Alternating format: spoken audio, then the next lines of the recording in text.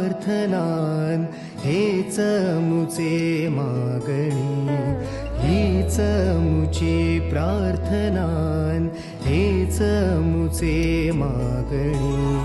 माणसाने माणसाशी माणसा समवागणे.